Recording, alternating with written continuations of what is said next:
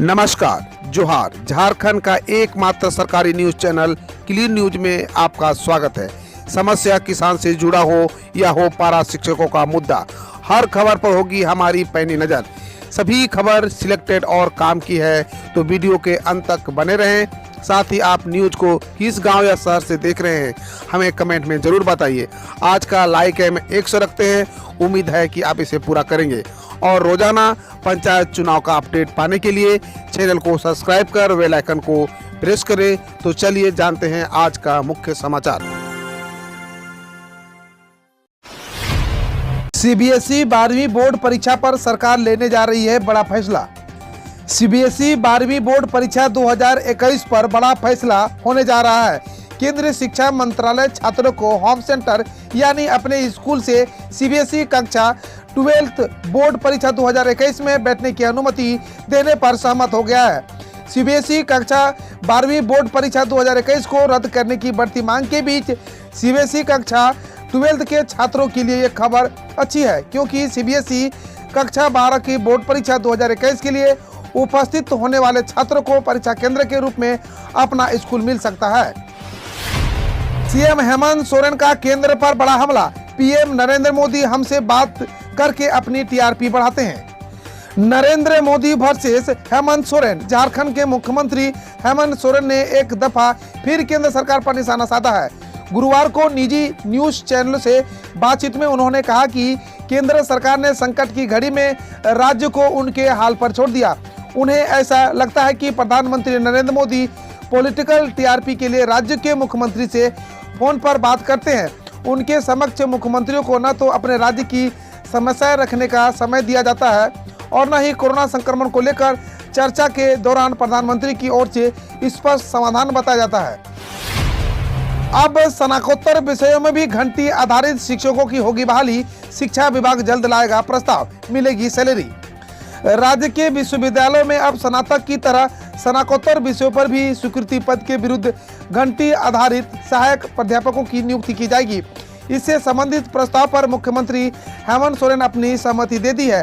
अब उच्च व तकनीकी शिक्षा विभाग द्वारा इससे संबंधित प्रस्ताव को वित्त विभाग की सहमति के बाद कैबिनेट की बैठक में अंतिम स्वीकृति के लिए भेजने की तैयारी में है। टाटा स्टील अरब देशों से मंगवा रही है 5000 ऑक्सीजन सिलेंडर। झारखंड में होगा वितरण। कोविड-19 के तीसरे वेव की तैयारी के लिए टाटा स्टील अरब देशों से 5000 ऑक्सीजन सिलेंडर मंगवा रही है। उन्हें झारखंड के विभिन्न राज्यों और कंपनी के ऑपरेशन क्षेत्रों में वितरित किया जाएगा। झारखंड के चतरा में घर घर जाकर लोगों का मापा जा रहा है ऑक्सीजन लेवल। कोरोना संक्रमण से बचाव एवं नियंत्रण के लिए प्रखंड प्रशासन लगातार प्रयासरत है। कोरोना के बढ़ते प्रसार व संभावित तीसरी लहर की आशंका को देखते हुए एवं इससे बचाव हेतु प्रखंड में डोर टू डोर सर्वे कार्य किया जा रहा है, ताकि ग्रामीण क्षेत्रों में ससमय लोगों को स्वास्थ्य जांच कल उनका समुचित चिकित्सीय उपचार किया जा सके। उपायुक्त के निर्देश के आलोक में प्रखंड विकास पदाधिकारी पूनम कुजरू द्वारा आंगनबाड़ी सेविका, सहायिका, सैया दीदी एवं एएनएम की टीम गठित कर लोगों का ऑक्सीजन लेवल के साथ साथ स्वास्थ्य जांच भी किया जा रहा है। तूफान के गुजर जाते ही हवा से बातें करने लगी ट्रेनें। नई दिल्ली जाने को हावड़ा और सियालदह राजधानी भी तैयार। बंगाल की खाड़ी में उठे तूफान यास लेकर मौसम विभाग ने रेड अलर्ट किया था। इसके बाद रेलवे ने भी रेल यात्रियों को तूफान से बचाने के लिए आवश्यक कदम उठाए थे। पश्चिम बंगाल में तूफान के खतरे को देखते हुए रेलवे ने कोलकाता एरिया की सभी ट्रेनों को रद्द कर दिया था। इस कारण 25 मई से 27 मई तक हावड़ा और सियालदह स्टेशन से नई दिल्ली तरफ जाने वाली सभी ट्रेनें बंद थी। इन ट्रेनों में हावड़ा नई दिल्ली राजधानी और सियालदह नई दिल्ली राजधानी एक्सप्रेस भी शामिल थी। तूफान के गुजर जाने के बाद रेलवे ने रेलगाड़ियों का परिचालन शुरू कर दिया है। श्री हेमंत सोरेन के आदेश पर इंजीनियर और सीआईडी के अधिकारी ढहे पुल की जांच करने पहुंचे बुंडू। 14 करोड़ की लागत से कांची नदी पर बने पुल पर क्या बोले अधिकारी, जानिए। रांची जिले के बुंडू प्रखंड की कांची नदी पर ढहे पुल का जायजा लेने के लिए कल शुक्रवार को इंजीनियरों का दल और सीआईडी विभाग के पदाधिकारी पहुंचे। पुल का निरीक्षण करने के बाद अधीक्षक अभियंता रमाकांत तिवारी और कार्यपालक अभियंता ब्रजेश कुमार वर्मा ने बताया कि इस पुल का निर्माण लगभग 14 करोड़ की लागत से कराया गया था। संवेदक को निर्माण कार्य 5 वर्षों तक पूर्ण कर देखरेख करना है। क्षतिग्रस्त पुल का सारा खर्च संवेदक से वहन कराया जाएगा, नहीं कराए जाने पर उसको काली सूची में डाल दिया जाएगा। 45+ लोगों का होगा ऑन स्पॉट वैक्सीनेशन। स्वास्थ्य मंत्री बन्ना गुप्ता ने विशेष चलंत टीकाकरण अभियान का किया शुभारंभ। झारखंड के स्वास्थ्य मंत्री बन्ना गुप्ता ने कल शुक्रवार को रांची में हरी झंडी दिखाकर विशेष चलंत टीकाकरण अभियान की शुरुआत की। कोरोना से बचाव के लिए विशेष चलंत टीकाकरण अभियान की शुरुआत की गई है। स्वास्थ्य मंत्री ने ट्वीट पर जानकारी की है कि राज्य के अंतिम गांव के अंतिम व्यक्ति को टीका देना सरकार का लक्ष्य है और दिशा में कदम उठाया जा रहा है। कोरोना के खिलाफ जंग में ये विशेष चलंत टीकाकरण अभियान मील का पत्थर साबित होगा। आपको बता दें कि इससे जरिए 45+ लोगों को ऑन स्पॉट वैक्सीन दी जाएगी। झारखंड के जामताड़ा में टीकाकरण बढ़ाने के लिए नया फरमान। कोरोना का टीका लेने के बाद ही मिलेगा राशन। सभी डीलरों को दिया गया निर्देश। धर्म गुरुओं का भी बात नहीं मान रहे हैं लोग। जामताड़ा प्रशासन की तरफ से नया फरमान जारी किया गया है। अब जब तक टीका नहीं लगवाएंगे लोगों को राशन नहीं मिलेगा। राशन के लिए लोगों को अब राशन कार्ड से पहले टीके का सर्टिफिकेट दिखाना होगा। बिना इसके डीलर को राशन देने से सख्त मना कर दिया गया है। लोगों की टीका में दिलचस्पी नहीं लेने के कारण यह निर्णय लिया गया है। नारायणपुर के वीडियो ने बताया कि वैक्सीनेशन ही एक सहारा है जिसे संक्रमण को कम किया जा सकता है। इसके बाद भी लोग लापरवाही बरत रहे हैं। लोगों को टीका के लिए जिला प्रशासन की तरफ से अलग अलग माध्यम से जागरूक भी किया जा रहा है। झारखंड में रुक जाएगा 18+ का वैक्सीनेशन। सरकार के पास नहीं बचे टीके। राज्य में मात्र 80,000 टीकों का स्टॉक। अब जून में टीका मिलने की संभावना। झारखंड में टीके का टोटा हो गया है। राज्य में देर से शुरू हुआ 18 से 44 वर्ष आयु वर्ग का वैक्सीनेशन टीके के अभाव में एक बार फिर रुक जाएगा। देवघर, धनबाद जैसे बड़े जिलों में इस आयु वर्ग का टीका शुक्रवार को ही समाप्त हो गया है। वहीं कुछ जिलों में शनिवार तक यानी आज तक समाप्त हो जाएगा। राज्य के वैक्सीनेशन प्रभारी ए डोडे ने बताया कि झारखंड में 18+ वालों के लिए मात्र 80,000 टीके बचे हैं। मई महीने में झारखंड को लगभग 5.5 लाख टीका की अलॉट किया गया था। अब इस आयु वर्ग के टीके की खेप जून में आएगी। जून में भी 5 लाख टीका ही अलॉट किया गया है।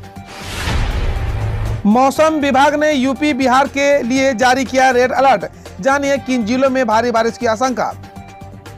भारत मौसम विज्ञान विभाग ने यास तूफान को लेकर शुक्रवार को पूर्वी उत्तर प्रदेश, बिहार, झारखंड, पश्चिम बंगाल और सिक्किम के लिए रेड अलर्ट जारी किया है। मौसम विभाग ने चेतावनी दी है कि अगले तूफान का असर अगले 34 घंटों तक बना रहेगा और इन प्रदेशों में भारी बारिश हो सकती है। ओडिशा और बंगाल में तबाही मचाने वाला यास भले ही झारखंड, बिहार में आकर कमजोर पड़ चुका है, मगर इसका असर मौसम पर दिख सकता है। पूर्व उत्तर प्रदेश के कुछ हिस्सों में चक्रवात यास के प्रभाव को पिछले 24 घंटों से लगातार रिमझिम वर्षा हो रही है। झारखंड के पलामू में MRMCH में पाइपलाइन से 100 बेड पर ऑक्सीजन की सप्लाई हुआ शुरू। पलामू जिला मुख्यालय मेदिनीनगर के मेदिनी राय मेडिकल कॉलेज अस्पताल में शुक्रवार से पाइपलाइन के माध्यम से ऑक्सीजन सप्लाई शुरू कर दी गई है।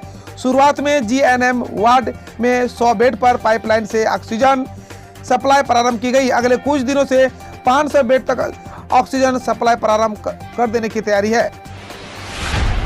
अब खबर देश विदेश और देश की विभिन्न योजनाओं से। पीएम की बैठक। ओडिशा, बंगाल और झारखंड के लिए 1000 करोड़ की मदद का ऐलान।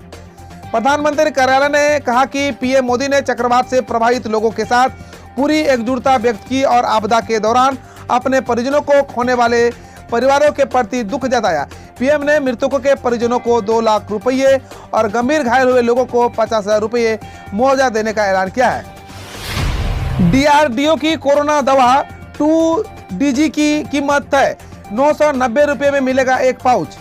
डॉक्टर रेड्डीज ने DRDO की 2DG एंटी कोविड-19 दवा की कीमत 990 रुपया प्रति पाउच तय की है। हालांकि फार्मा कंपनी सरकारी अस्पतालों, केंद्र और राज्य सरकारों को दवा रियायती कीमत पर मुहैया कराई जाएगी। निर्माता ने गुरुवार को एंटी कोविड दवा 2DG का दूसरा बैच जारी किया है। DRDO के अधिकारियों ने 26 मई को कहा था कि 2DG दवा के 10,000 पाउच का दूसरा बैच 27 मई को डॉक्टर रेड्डीज लैब द्वारा जारी करेगी। अधिकारियों ने ANI से बात करते हुए कहा कि दवा अब व्यावसायिक रूप से उपलब्ध होगी। इस महीने की शुरुआती में drug controller general of India ने कोविड रोगियों में से इस दवा के इमरजेंसी इस्तेमाल की मंजूरी दी थी।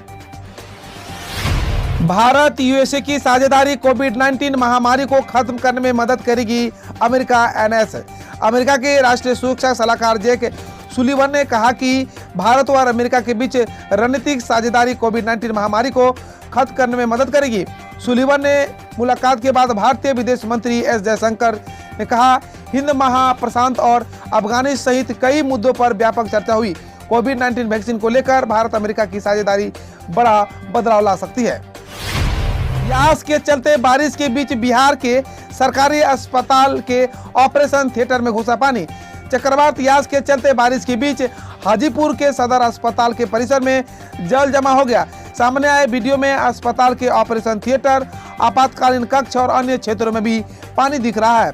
गौरतलब है कि बिहार, झारखंड और उत्तर प्रदेश के कुछ हिस्सों में गुरुवार और शुक्रवार के लिए रेल अलर्ट जारी कर दिया गया था।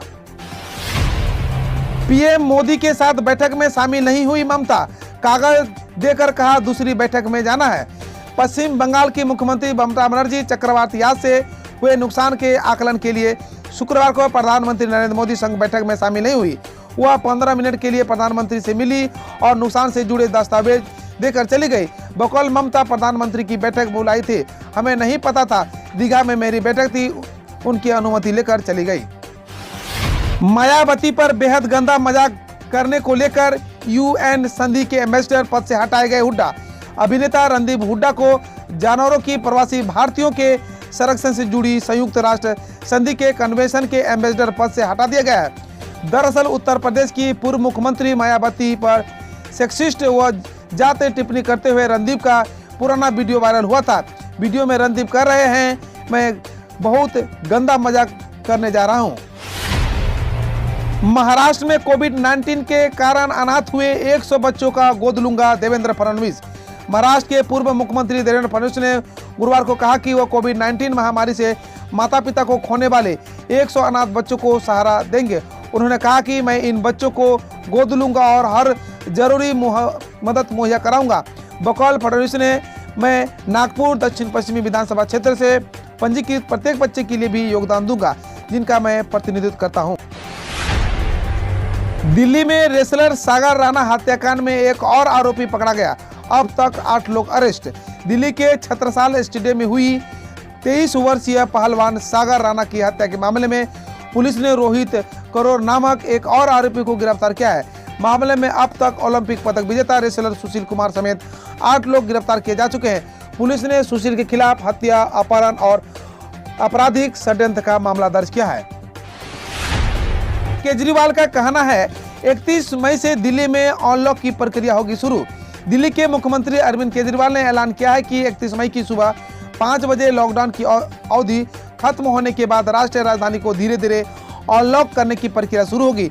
उन्होंने कहा कि सोमवार सुबह 5 बजे के बाद से अगले 1 हफ्ते के लिए निर्माण गतिविधियों और फैक्ट्रियों को फिर से खोलने की अनुमति दी जाएगी। 2000 रुपये के नोट को लेकर आई बड़ी खबर, भारतीय रिजर्व बैंक ने दी अहम जानकारी। भारतीय रिजर्व बैंक की तरफ से 2000 रुपये के नोट को लेकर एक अहम बात सामने आई है। दरअसल 26 मई रिजर्व बैंक ऑफ इंडिया ने 2000 रुपये के नोट को लेकर साफ कर दिया है कि अब सर्कुलेशन में 2000 रुपये के नोट की नई सप्लाई नहीं होगी। साल 2016 में नोटबंदी के बाद लॉन्च हुए इस नोट को लेकर कई कयास लगाए जा रहे थे, क्योंकि यह नोट अब धीरे धीरे सर्कुलेशन में कम होने लगे हैं। वहीं आरबीआई ने पहले भी 2000 रुपये के नोट को लेकर कहा था कि ये नोट अब नए नहीं आएंगे, जो सर्कुलेशन में है पहले ही है वही बाजार में चलते रहेंगे। राहुल गांधी का केंद्र पर हमला, कहा कोरोना की दूसरी लहर के लिए प्रधानमंत्री की नौटंकी जिम्मेदार। पूरा देश कोरोना महामारी की दूसरी लहर से जूझ रहा है। हालांकि अब धीरे धीरे रोजाना के केस कम हो रहे हैं, लेकिन वैक्सीन की कमी अभी भी कई राज्यों को बरकरार है। इसको लेकर विपक्ष भी सरकार की जोर शोर से घेरने में लगा है, जिसके चलते कांग्रेस के पूर्व अध्यक्ष और सांसद राहुल गांधी ने शुक्रवार को प्रेस कॉन्फ्रेंस के साथ ही सरकार और प्रधानमंत्री नरेंद्र मोदी की नीतियों पर सवाल उठाए। वीडियो कॉन्फ्रेंसिंग के जरिए बोलते हुए राहुल ने कहा कि सरकार और प्रधानमंत्री को आज तक कोरोना के समझ में नहीं आया है।